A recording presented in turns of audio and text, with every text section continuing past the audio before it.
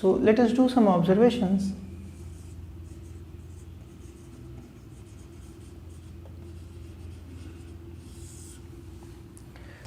Number 1, if the ring R plus dot is commutative,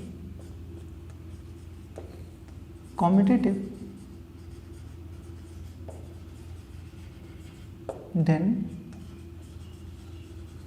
left zero divisor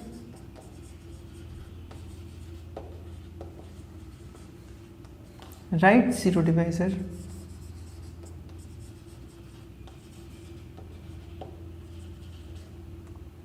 and zero divisor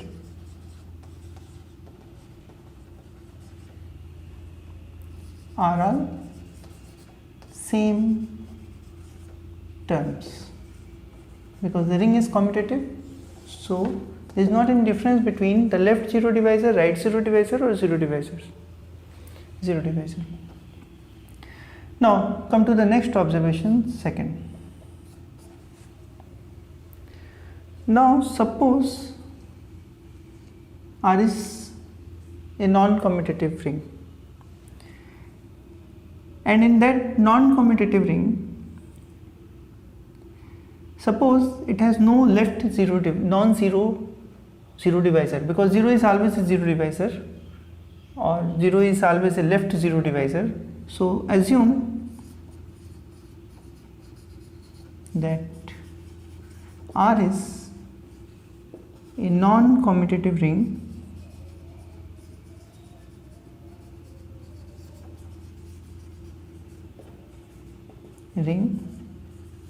and R has no non-zero left zero divisor.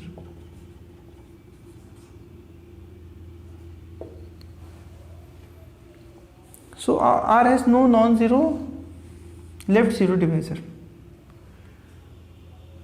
So if R has no non-zero left zero divisor, then we will see that R has no non-zero right zero divisor. Suppose B is a non-zero right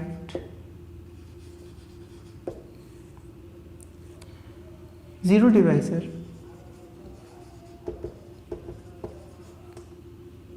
in R, then by the definition of right zero divisor, then there exists a not equal to 0 in R such that A into B is equal to 0. If this will hold, because B is a non-zero, so it means A is a non-zero. Why? Because A is non-zero. Left zero divisor, which is a contradiction, because we have assumed that R has no non-zero left zero divisor. So what does it mean? R has no non-zero left zero divisor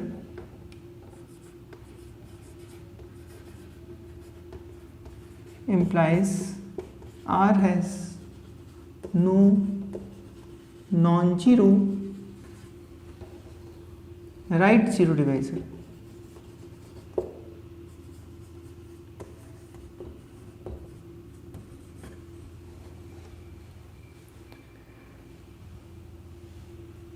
So the same thing we can prove by assuming opposite, that suppose R is a non-commutative ring and R has no non-zero, in place of left if we write right, it has no non-zero right zero divisor, then what will happen? Suppose B is a non-zero left zero divisor in R, then what will happen? There exists a such that, so B is a non-zero left, so here B dot A will be 0 when you will use left, and then what will happen? Since A is this implies A is a non-zero right, A is a non-zero right zero divisor, and this is a contradiction, and so this implies this. So the converse is also true, so it means R has no non-zero right zero divisor implies R has no non-zero left zero divisor. So on the same way we can do the converse.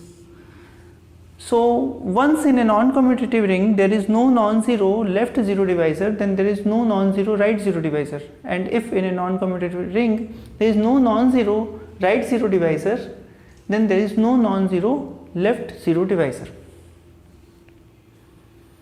Okay, now come to the observation number 3.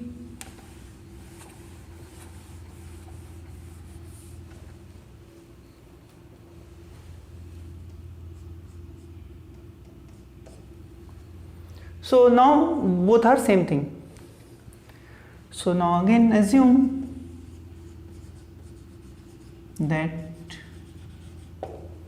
R has no non-zero left zero divisor.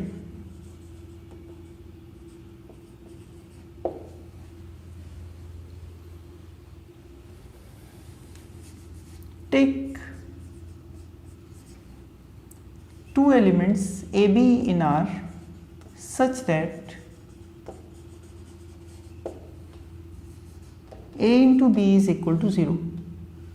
Suppose I have two elements A and B in R such that the product of these two elements is 0. Then what will happen? If this is 0, then of course the product will be 0, there is no problem. If this is 0, then the product will be 0, there is no problem. Suppose A is not 0, then what will happen? Suppose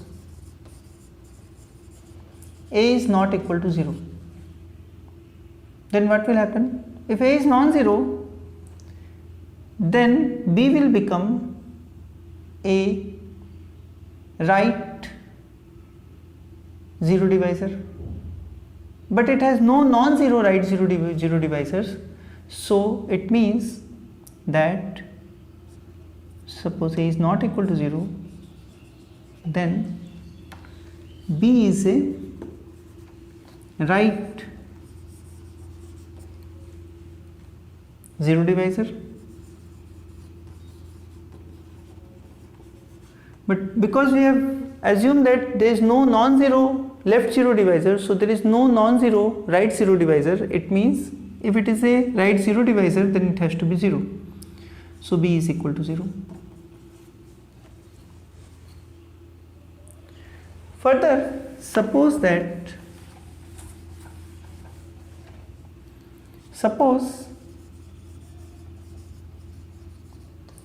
B is not equal to 0, then A is a left zero divisor. Why? Because A into B is 0 and B is non-zero. But there is no non-zero left zero divisor, so A has to be 0. So it means if A dot B is 0, then either A is 0 or B is 0, or both may be 0, there is no problem. So what we have shown is that R has no non-zero left zero divisor, implies A dot B is equal to 0, implies A is equal to 0 or B is equal to 0.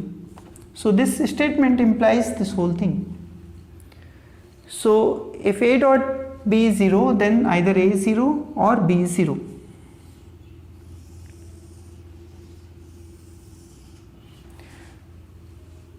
Now further, suppose in a ring this holds. There are several rings in which this property holds. For example, in the set of real number, if the product of two numbers is 0, then either one is 0 or another is 0. So this property holds in several rings. Now suppose in a ring this holds. Suppose in a ring R, A dot B is equal to 0 implies A is equal to 0 or B is equal to 0. Suppose in a ring this holds. And in this ring, and suppose, so this identity means whenever A dot B is 0, then either A is 0 or B is 0, where A, B are the elements of the ring R. So suppose R has a left 0 divisor C. So what does it mean? Then there exists D not equal to 0 such that C into D is equal to 0. So what is our assumption? Our assumption is that if R is a ring such that this property holds, then what will happen? Suppose R has a left 0 divisor C. R has a left 0 divisor C, then there exists a non-zero element in R such that C into D is 0. Then because in a ring this property holds, so this implies either C is equal to 0 or D is equal to 0. But we have assumed that D is not equal to 0, so this implies C is equal to 0. So this implies the ring R has no non-zero left 0 divisor. So this implies R has no, because I have chosen a 0 divisor and that 0 divisor turns out to be, I have chosen a left 0 divisor and that left 0 divisor turns out to be 0. So R has no non-zero left 0 divisor. So it means R has no non-zero right 0 divisor also. So it means if this property holds in a ring, then R has no non-zero left 0 divisor, or similarly R has no non-zero right 0 divisor. So the converse of this is also true, so I can write this implication also. So this if and only if this is happening. Now one more thing, if some statement P implies Q, then logically the negation of Q implies the negation of P. Both the statements are equivalent. If this will hold, then this will hold, and if this statement will hold, then this statement will hold. This simply means, let us apply this to this. So A dot B is equal to 0 implies A is equal to 0 or B is equal to 0. So let me write it here. Okay. Let me write it here.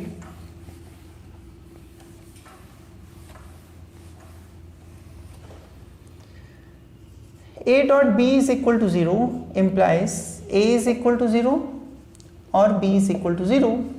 This statement is equivalent to the statement if and only if negation of this statement, either this or this, the negation of this is A is not equal to 0 and B is not equal to 0, implies A dot B, the negation of this statement is A dot B is not equal to 0. So logically both the statements are equivalent.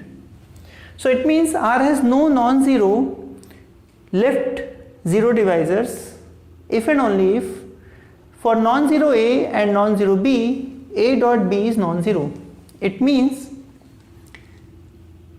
when you will write it, then what does it mean actually? Suppose this dot, which was actually a function from R cross R to R. While defining the ring, we have taken dot to be a function from R cross R to R. But here it is the thing that if we take A to be non-zero and B to be non-zero, then their product will be non-zero. So it means if we remove 0 from here, and take the dot of these two, then we will not get 0 in the range. So we can write that dot from R star cross R star to R star. What is R star? R star means R minus 0. R star means R minus 0. This is a binary operation.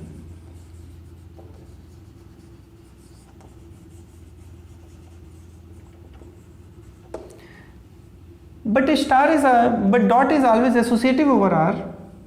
So dot is also associative over R star. So it means R star dot this is a semi group. It has a binary operation and it is also a semi group. So let us summarize what we have done till now. So let us summarize here. In the observations we have shown that R has no non-zero left zero divisor if and only if R has no non-zero right zero divisor, if and only if this identity hold in R, that is A dot B is equal to 0, implies either A is equal to 0 or B is equal to 0.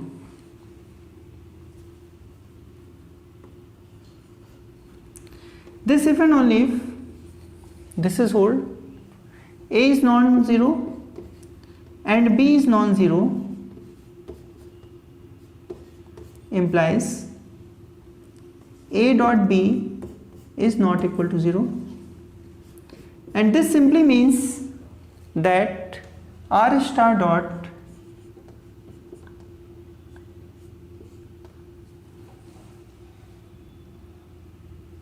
is a semi group.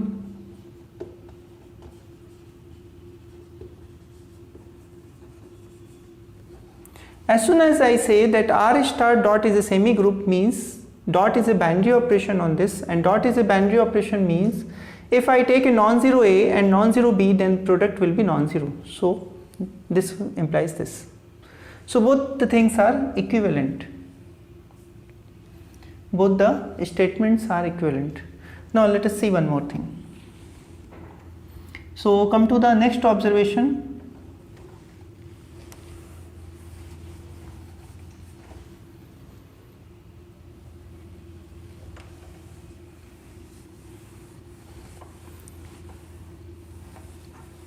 So perhaps it was observation number 1, then 2,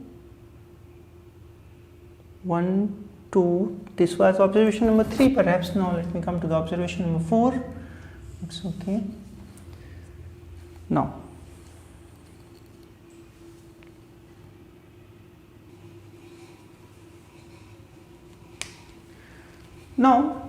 suppose R star dot is a semi group.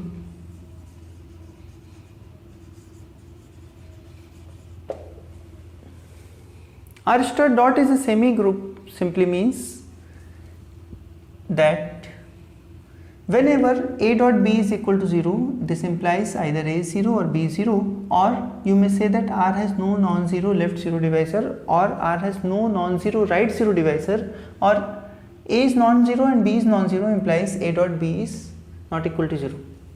So this everything will hold here if I am assuming that this is a semi group. Now consider for A, B, C in R star, A dot B is equal to A dot C.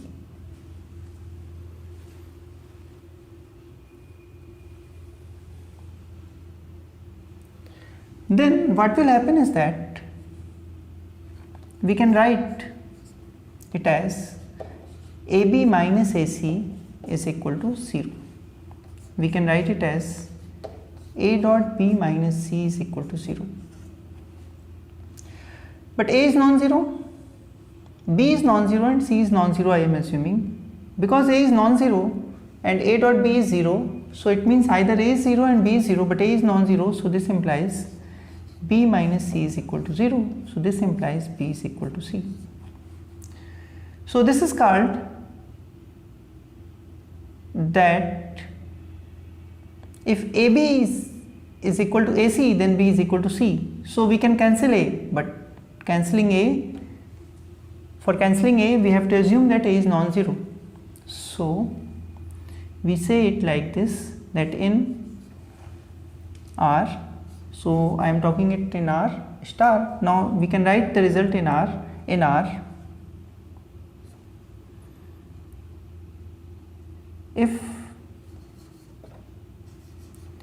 AB is equal to AC implies, and this is also A is non-zero, then it implies that B is equal to C. Because if B is 0 and C is 0, then always this identity will hold. B and C both are 0, then there is no problem at all. So okay, so we can write it this. So this is called the restricted cancellation law. In cancellation law, if both are equal, then we can cancel, but this is here there is a restriction that A should be non-zero. So this is called the restricted cancellation law hold in R. So the restriction is A should be non-zero. This is called the left restricted cancellation law, a restricted left cancellation law, because we have cancelled A from left. On the same way, we can write the equation like this: B dot A is equal to C dot A, suppose, and this implies B minus C dot A is equal to 0. But A we have taken non-zero, so it implies B minus C is equal to 0. Why is it implies? Because this is semi-group, so this implies B is equal to C. So by this identity we can write in R, if BA is equal to CA and A is non-zero, this implies B is equal to C. So this is also called the restricted right cancellation law, because we have cancelled A from right. So this cancellation law holds in R.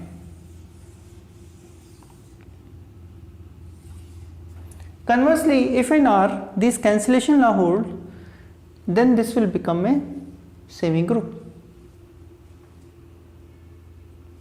How?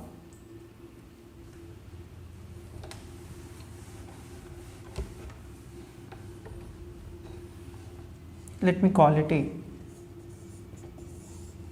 Suppose in a ring R, A holds.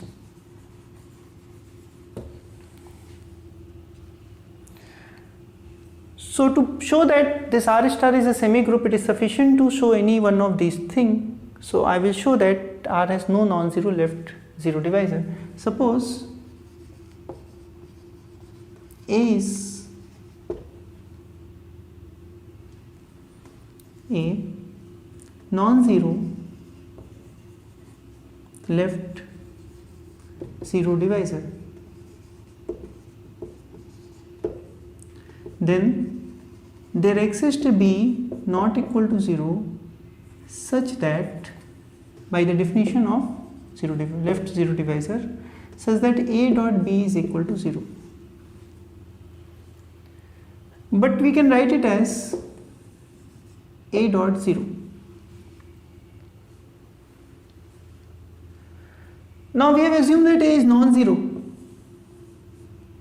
and now this capital A holds in the ring R, so we can cancel a from this side, and this implies b is equal to 0, and this is a contradiction because we have assumed that b is non-zero, and this contradiction arises because of our wrong assumption that a is non-zero left zero divisor. So it means a has to be 0, or you may say that this statement is wrong. So R has only, this implies R has no non-zero left zero divisor.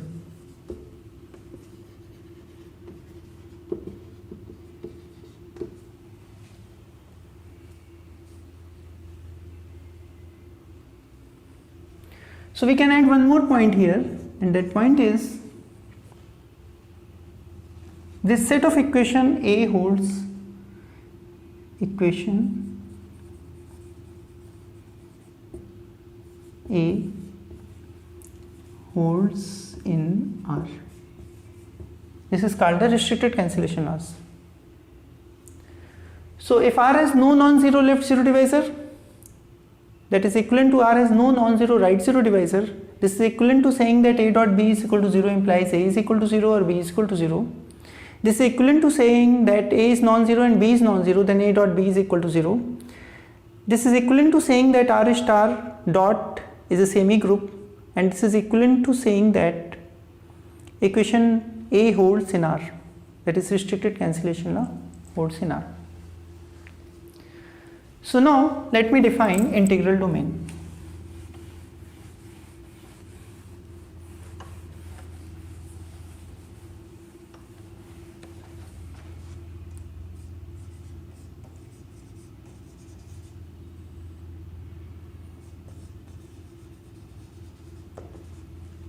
So a ring R plus dot is called integral domain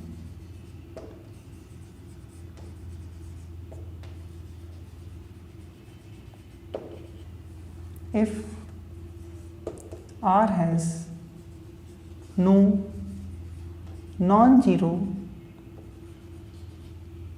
left zero divisor. So once I am saying that R has no non-zero left zero divisor, then R has no non-zero right zero divisor. So I can replace in this part R has no non-zero right zero divisor. So I can replace in this part a dot b is equal to 0 implies a is 0 or b is 0, or a is non-zero and b is non-zero implies a dot b is equal to 0.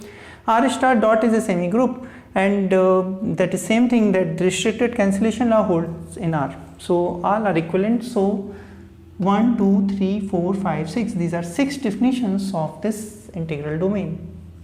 So a ring R is called integral domain if this holds, this holds, this holds, this holds, this holds, or this holds. So anything you can take it as a definition of integral domain. Now example of integral domain, example you know, set of real number plus dot, because you know this holds in the set of real number, this holds also in the set of rational numbers, this also holds in the set of complex numbers, this also holds in the set of this. Other rings like z under root minus 1 or zi you may say, zi or z under root 2 or z under root minus 5, These all are integral domains. Note that we have not talked about commutative ring. It is not needed for integral domain. Ring with identity is also not needed for defining integral domain. Integral domain can simply be defined on a ring. There is no need of identity and there is no need of commutativity. But in different books, they have taken commutative integral domain as a definition of integral domain, or commutative ring with identity they have taken and then they have defined the integral domain. So it depends upon how the book want to proceed and what types of stuff that book wants to do. So, but in general, for any ring, if any of this condition is satisfied, then that ring will be called as integral domain.